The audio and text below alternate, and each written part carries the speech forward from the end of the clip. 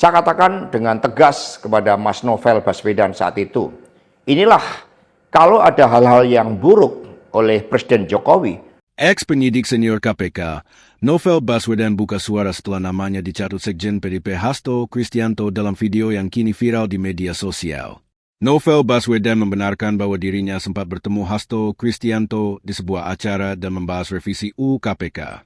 Dikutip dari Warta Kota, Novel Baswedan menuturkan bahwa dirinya bertemu dengan Hasto dalam orasi ilmiah yang disampaikan Sulistiawati Irianto di Universitas Indonesia. Novel mengaku dalam pertemuan pada 7 Mei 2024 tersebut, dirinya sempat menanyakan beberapa hal kepada Hasto, termasuk diantaranya terkait pelemahan KPK melalui revisi UU KPK dan penyingkiran tokoh-tokoh penting di KPK. Lewat kesempatan yang sama, dia pun turut menyinggung soal hubungan antara Hasto dengan mantan Ketua KPK Firly Bahuri. Novel Baswedan mengakui kala itu pertanyaannya dijawab oleh Hasto, namun hanya secara singkat lantaran keduanya sedang dalam acara. Diketahui, dalam video yang kini beredar, Hasto Kristianto menyebut nama Novel Baswedan. Dalam pernyataannya, Hasto mengaku sempat mengklarifikasi Novel Baswedan soal hal-hal buruk yang selalu dilimpahkan Jokowi pada PDIP. Hasto mengaku dirinya membantah Novel Baswedan yang menyebut bahwa revisi UU KPK diarsiki oleh PDIP. Menurut Hasto, bukan PDIP yang mengarsiki revisi UU KPK.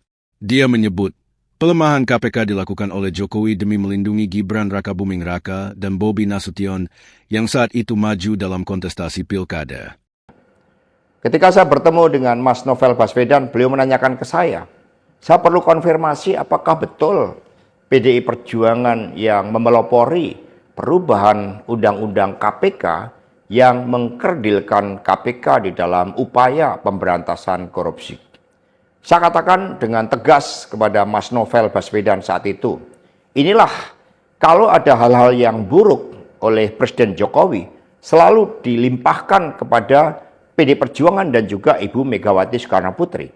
Tetapi ketika ada hal-hal yang positif selalu diambil oleh Presiden Jokowi tanpa menyisakan benefit bagi kepentingan PDI Perjuangan.